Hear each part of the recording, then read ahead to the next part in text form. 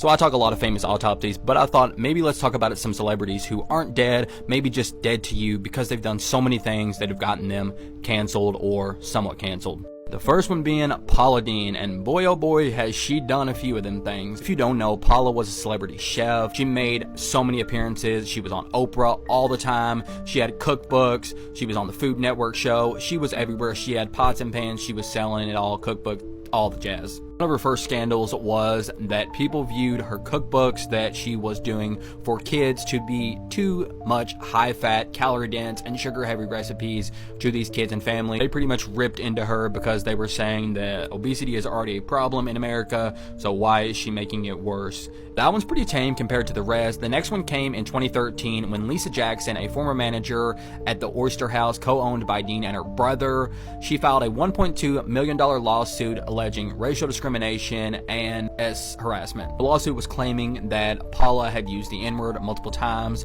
frequently, and that she called some of her staff little monkeys. Paula admitted to saying the N-word, and this came her downfall. Multiple organizations, Walmart, Target, QVC, Sears, the Food Network, Home Depot, they all severed ties with her, and it didn't stop there. It then comes out that Paula's idea for her brother's wedding was a plantation-style wedding where that they would have black waiters dressed as slaves in white bow ties and white jackets.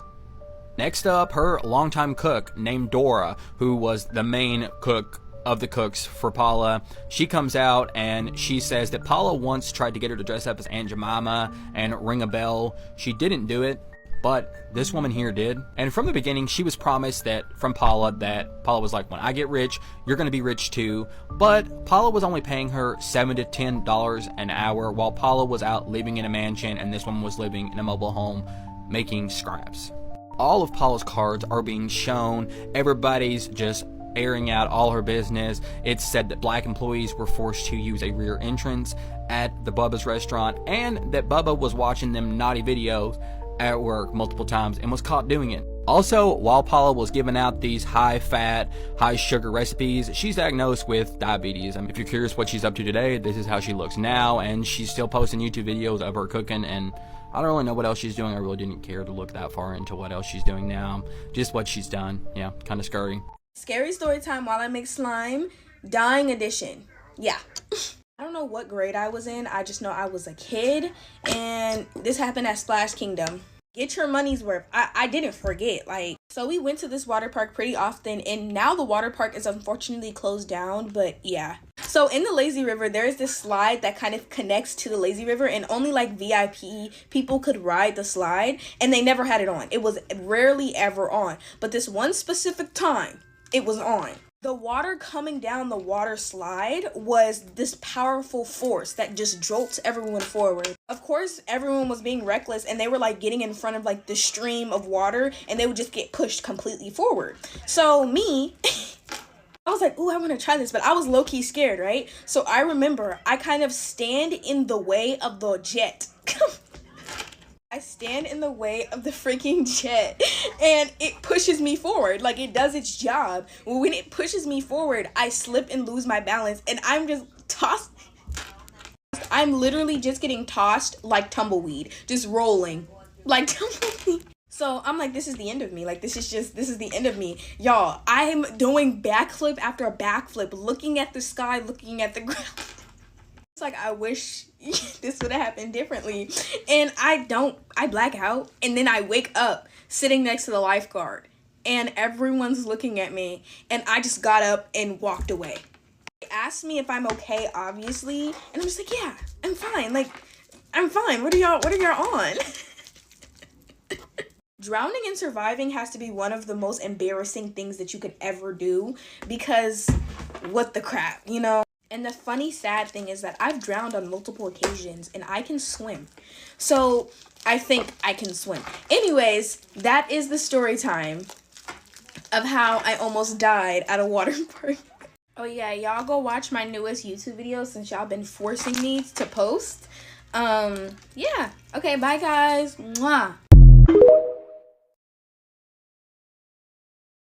Hello everybody, welcome back, and y'all already know when I'm in this spot and I got my glasses on, we are going to be doing a part 4 of my haunted house series. So buckle up, get a snack, because today we are talking about my grandma's house. So my grandma's house was built in the 1940s, so a very, very long time ago, and it has a lot of history. I'm going to tell you guys a little bit about the house before we get into what's creepy about it, because I feel like it kind of will paint the picture better. So my grandmother lives in the Appalachian woods. So she lives in Kentucky, and she is right where the woods are. And if you know anything about these woods, they are very like old, and they have a lot of like creepy stuff that happen. Like, I don't know if y'all have heard about the kids that go missing in the woods, or just all the creepy like animal looking things, skinwalkers, all the things that people say about these woods. So that's where her house is located. Now let's talk about her actual house. Like I said, her house was built in the 40s, so it is very old. However, it looks really nice, and it's a really nice house. I grew up thinking that my grandmother was like rich, because her house is big and it's nice and it's 3 floors, and it is just so cool, and I just love going there. But it wasn't until recently until I figured out there's a lot of weird kind of stuff about it. So number one, the man who designed their house, he died a long time ago, but he was the original owner, and he built this house on exactly the way he wanted. So he has a lot of like interesting features he added.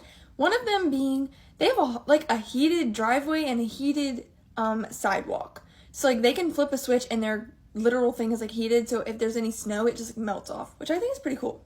But a slightly less cool part of it is he has like 8 hidden rooms in that house, and they've only been able to find 3. And another not so fun, pretty scary fact about this house is it has had a fire twice, and in both of the fires, somebody has died. Somebody actually died in their living room. When they moved into the house, it had been freshly like fixed up after the fire, but the whole living room was like very dark. Like apparently there was like wood as the walls, and it wasn't painted, and it was like super dark. Like the whole house had a very dark feel. But they fixed up the house and made it really pretty. They painted the living room white, and everything seemed fine, and they loved the house. They loved all the weird features, all the weird secret rooms. They liked it. However, there was one night where my grandma and my grandpa were leaving. They were going out of town, and they wanted someone to like house sit for them. So my aunt decided that she would come over and house sit because, you know, she lives very close by, and she has a really nice house, like I said. So it wasn't really a big thing to ask them to come in and like house sit. So my aunt and my uncle came over for the weekend to watch the house. It started off normal, everything was fine, they watched over it, but then that night when they were going to sleep in the house, everything went weird. They said that there was so many weird noises that they could not even fall asleep, so much so to the point where they called the police, and the police came, found nothing, and they got the heck out of the house. They were like, we're not staying. I'm talking things were falling over. There was like these noises, and they kept saying they kept hearing like gunshots, but there was nothing like going on around. And also, they don't live by like a bunch of houses. They actually live by like a lot of woods. And they said that they were having the worst sleep of their life. Like they could not fall asleep because there was all these noises, but they also just felt uneasy. Like they just couldn't settle into the bed. They couldn't fall asleep. Like it just wasn't working. So they called the police, and they got out of the house. They were like, we're sorry, we can't do this. We're not staying. Well, my grandparents were just thought that was weird because like they had never had any problem with the house or having noises or anything like that with them. So they were like, okay, whatever. Well, years go by, and they need someone to house sit their house again. And so my parents offered to do so. This is before I was born, so I was not in the picture. It was just my mom and dad who were going to watch the house. So once again, they leave for the weekend, leave the house. My parents having a fine time. They're doing everything normal. And then around nighttime, things go weird again. This time, it's not just noises that they're hearing, they're smelling things. They're smelling like smoke, or like just weird, like they will say they smell like cigarette smoke, or just like weird parts of the house just smell differently. And they were hearing lights turning on, doors shutting, but when they went to check, nothing was messed up, and this was at night. So anyways, they try to ignore it, they try to go to sleep. As soon as they try to go to sleep, they start hearing gunshots. And no, people weren't like hunting in these woods, so that's not what the gunshots were. And like, I don't know the correlation with the gunshots. I just know they were hearing them. And once again, they could not fall asleep. They were tossing and turning, and they just kept hearing noises. My grandparents were so confused because when they're in the house, nothing is weird. It's like every time they would leave the house, weird stuff would happen, and people would be like, we cannot stay in your house. I forgot to mention this, but my parents also did not stay the night. They went and they got a hotel because all they kept hearing was gunshots, noises, smelling weird things, hearing doors close, lights on, lights off. freaked them out. They called the police and they went to the hotel and police found nothing once again. So my grandparents were once again like, what in the world is going on with our house? They actually got in touch with some people to figure out what was going on. After doing some more digging on their house, they actually found out that both of the fires happened when the owner of the house was not there. And the people who died in the house, that both happened when the owner was not in the house. My grandparents still say to this day that nothing happens when they are there. It's only when they are gone that things go crazy. Now, my brother lives with my grandparents, and one time they were out of the house, and he said he was like spending the night there. Obviously, he lived there. Like, it was just him in the house. He sleeps in the basement, which is like basically another living room. Like, it's not a scary basement. It's a big basement. But he sleeps down there, and they were out of town, and he said he literally remembers laying in bed and hearing somebody walk up to his bed and just standing there. This part is kind of freaks me out. It might freak you all out too. He said that the whole night was just really creepy, but in the middle of the night, the fire alarm in their house went off. Or the smoke detector, whatever. That is so scary to me, knowing that that house has had issues with it being on fire when the owners are gone, and like the owners of the house were gone, and my brother was just in there, and he said the batteries weren't dead, like nothing like weird was going on with it. It hadn't been touched, it hadn't been messed with, it just went off. And he said he smelled like smoke, or maybe he just thought he was because the alarm was going off and he was like tricking his brain into it, but he smelled it. So I'm thinking whatever is like going on has something to do with the original owner doesn't like when another owner like leaves his house and like haunts it or something. I don't really know. But that is all for part 4. Let me know if you want to hear anything else about it, and let me know if you want to hear any more about the secret rooms in the house, because I find that part really interesting. Bye, guys. Can we show them the older homestead? Yeah, let's go. As you know. No, it's not. No, it's not.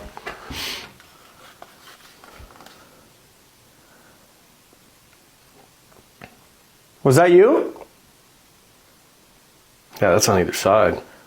They went to both. Yeah. This is the scariest thing that's ever happened to me in my entire life, and I wasn't even planning on making a video today, but I feel like I need to get out of my system because I have been welling up with tears and having full body chills from being scared. If you know me in real life, that never happens to me, so I feel like I just need to get out of my system. So this is that story. This happened 4 years ago. I was a freshman in college, and I was talking to this boy at the time, and he caught me when I was coming home for the weekend from college, and he asked if he could take me stargazing. I say yes. He picks me up. It's maybe 11, 12 o'clock at night. He drives me to the state park specifically because I had never been before. And specific to note about this state park next to my hometown, it isn't, when I say in the middle of nowhere, I legitimately mean in the middle of nowhere. The closest gas station is like multiple miles away. Nobody lives near there. Yeah, you get the gist. So we get there, he originally parks in front of this watchtower. We're walking up the watchtower. Something to note about me, you're gonna learn about 2 of my fears today. I am afraid of heights. The tower starts shaking from the small amount of wind, and I immediately am like, hey, I don't like this. We're about halfway up. I don't like this. Let's go down.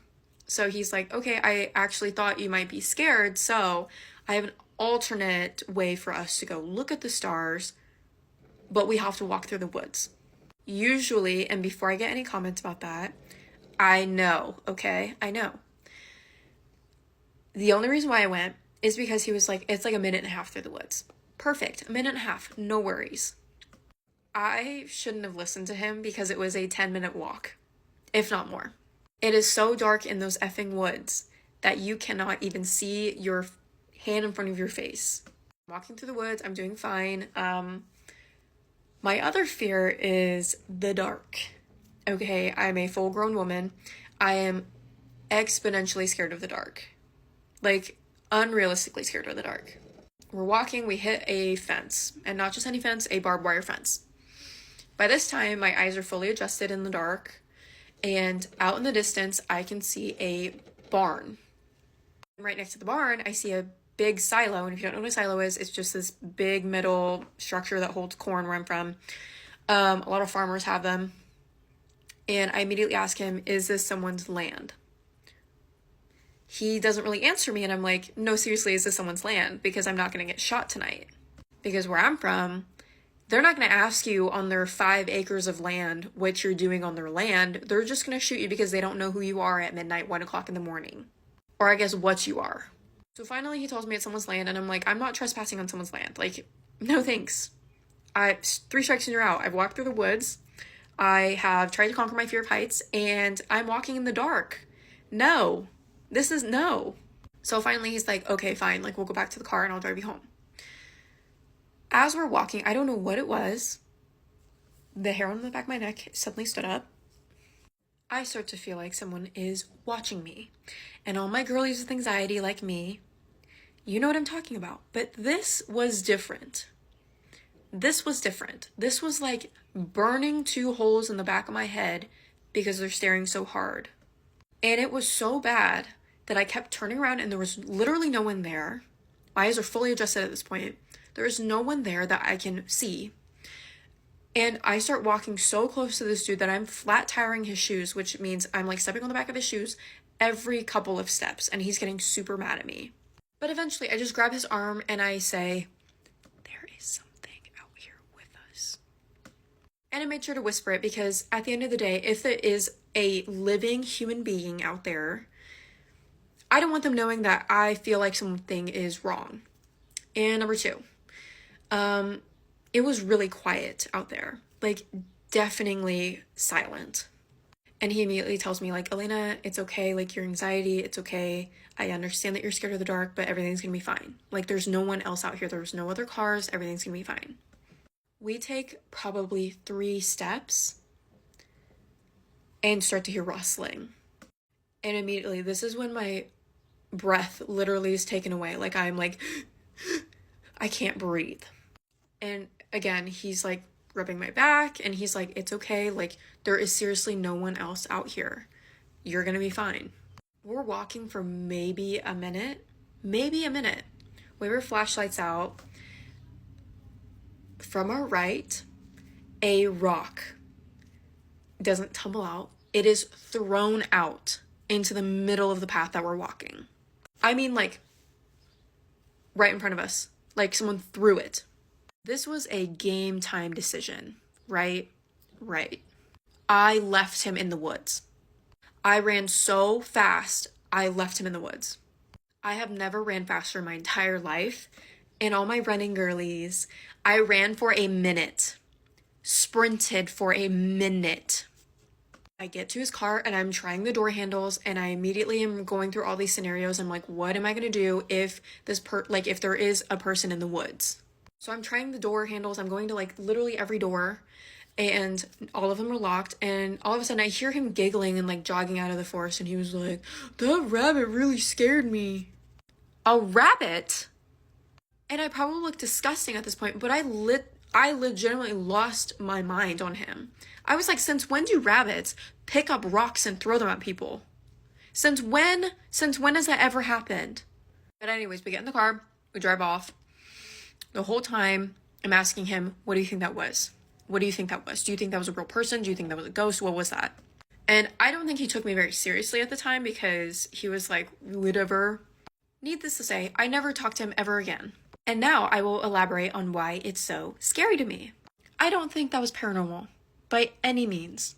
Because when you experience something paranormal, it's almost like an instantaneous thought, right? You're trying to rationalize. You're trying to go through the scenarios in your head on how it is possible that that happened. This was different. I have never felt so fearful in my entire life. And let me ask you this. When you get home late at night, maybe after a night out, or when you get home from work, school, etc., what do you think you're going to see when you turn the light on in your room? Probably some decor, probably your bed, your desk, maybe a pet lives there, I don't know. But you anticipate on what you're going to see because you're prepared for what you're going to see. I'm not comparing bedrooms in the woods, but I was not anticipating someone else to be out there because there's no cars out there. There was no way for someone to get out there if they didn't get there before the sun went down, if you catch my drift. And I think there's something, at the end of the day, there is something so deeply frightening about knowing someone was watching you the whole time. And there is something equally as frightening knowing you never saw them. And then you have to think about a plethora of things. Like, why was that person following 2 teenagers in the woods without making their presence known? How did that person get out into the middle of the woods in the middle of the night? I left a key part of the effing story out. When we got there and we got our little pass, the state trooper or whoever was working there told us that we were the last people going in. So be that as you may, moral of the story, you never know. This is one of the scariest stories I've ever been told, and I have receipts. I have a video that accompanies this, and I will put it on the screen. To protect everyone's privacy, I'm going to use fake names in this story, but my very good friend told me this story in real time when it happened to her best friend's best friend. So here we go. It was the middle of October. There was a girl named Sally. Sally typically dog sat for this family, for the Robinsons. One weekend, the Robinsons were going out of town and they called up Sally and they said, hey, would you be able to watch the dogs this weekend? We're going to be out of town for 2 nights. You can bring a friend, stay at the house, enjoy yourself. She said, absolutely. Sally called up her friend Carla and said, hey, do you want to come house sit with me this weekend and dog sit? I'll be staying at the Robinsons. Carla was unavailable, and so were a couple of their other friends. So Sally just figured I'll dog sit by myself. So she went to the house and everything was business as usual. She hung out, she cooked dinner, watched a movie, and just after the movie, she was playing with the dogs and decided to take a video. What the fuck was that? Bro! What's going on around you? I don't know. I'm frozen. I am frozen. Did the window Sean. break? They say that you're not supposed to see your own doppelganger, right? And that it's supposed to be a bad omen or something bad could happen to you afterwards.